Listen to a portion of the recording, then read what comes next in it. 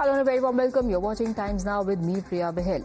Viewers, late on Monday night and early Tuesday morning, the picturesque hilly area of Wayanad in Kerala was hit by a devastating back-to-back landslides.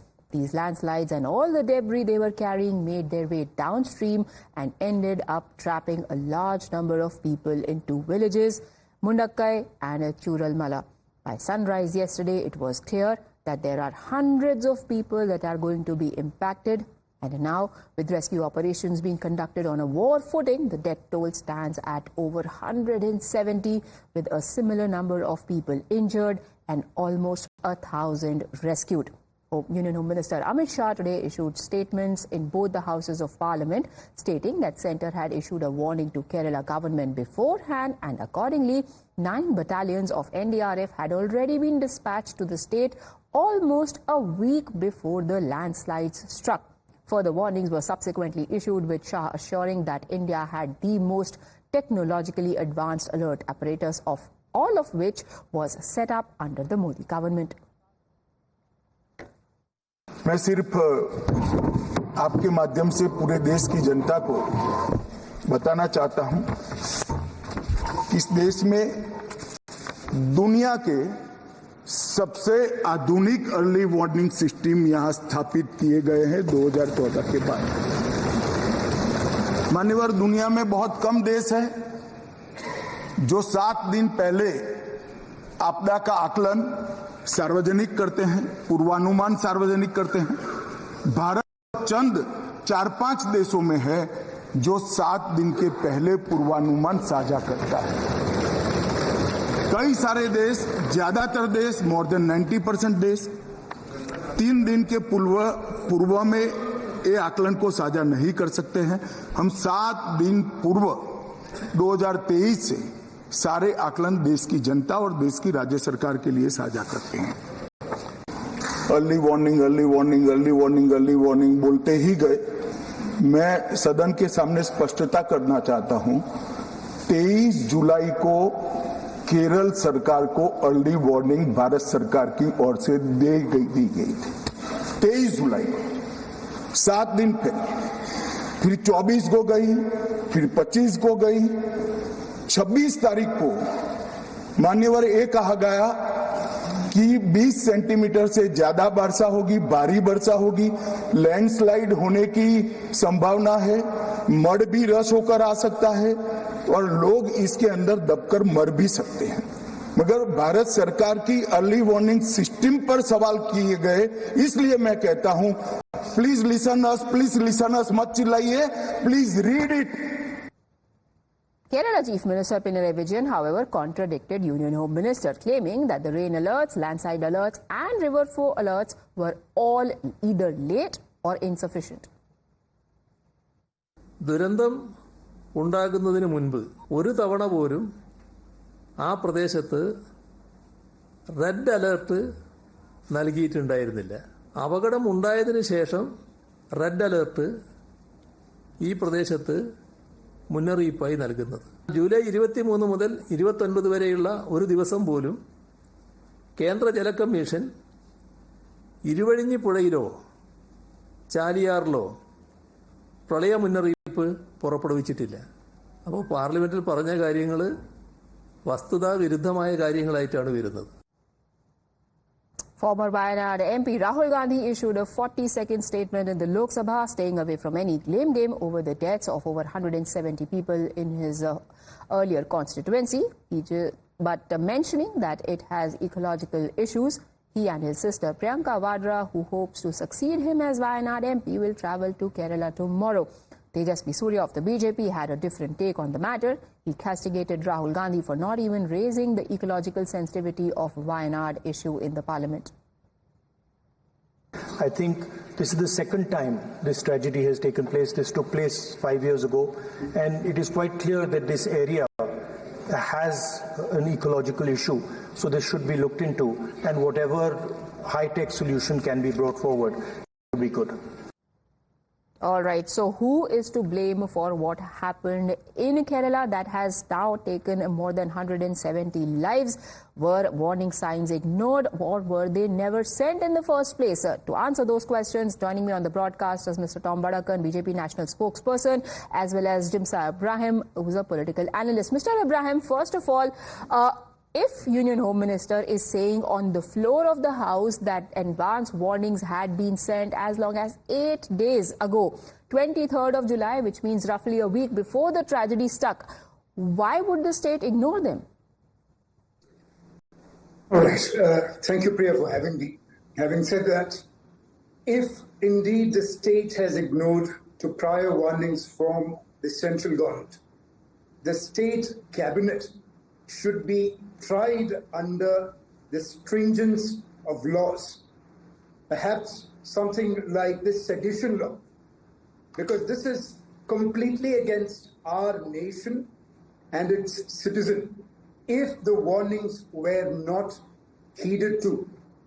But as I understand it, the warnings did indeed come, albeit a little late. The red warning, the red alert, was issued at 6 o'clock in the morning. Soon after, perhaps it was around 4. It was at late night from 12:30 to 4.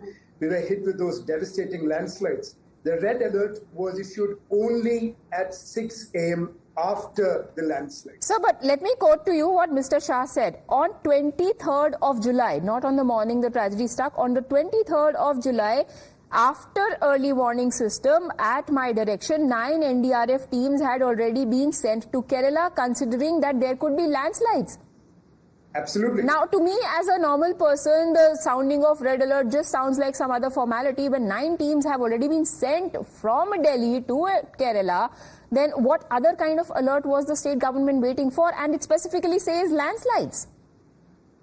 Well, see, that's exactly why I started by saying if such warnings were indeed ignored by the state government. But why the if, sir? The entire cabinet has to be tried. What has happened clearly shows they were ignored. If they hadn't been ignored, then what happened would not have happened and we would have had the 170 people alive, no? This is the Home Minister of India who has come out with such a statement, so he has the responsibility to take the stringent of action against the state government if indeed the warning was ignored. I repeat. Okay. And sending 9 teams of NDRF to Kerala, which is flood prone. And I assume, Priya, that you know, around 56% of the land area of Kerala is the Western Ghats, which is ecologically sensitive. So if you send 9 teams to the state and say we are expecting landslide, it's almost akin to searching for a needle in a haystack. Where exactly should we begin? What protection should be offered and to whom? Okay. Sir, it doesn't matter, A, whether I know about it or not, and all the more reason for the state government to be even more alert. When you know that you have a sensitive ecology in the state, you just cannot sit and wait for somebody else to issue red alerts. However, Mr. Tom Badakan, the government is saying, Mr. Vijayan is saying that there was a delay, irrespective of what claims are being made on the floor of the House. We did not get to know in time. How could we have acted in time? What the Home Minister has said is on record in Parliament. The process started on the 18th, to be precise, went on to the following dates of 23rd, 24th, and 24th. There was a serious warning that was issued. And that warning was followed up by the NDRF team. Now, how many members were there, who all could be handled, and how large was it? That matter can rest for a minute. Let me get back to this, to the background of this whole thing.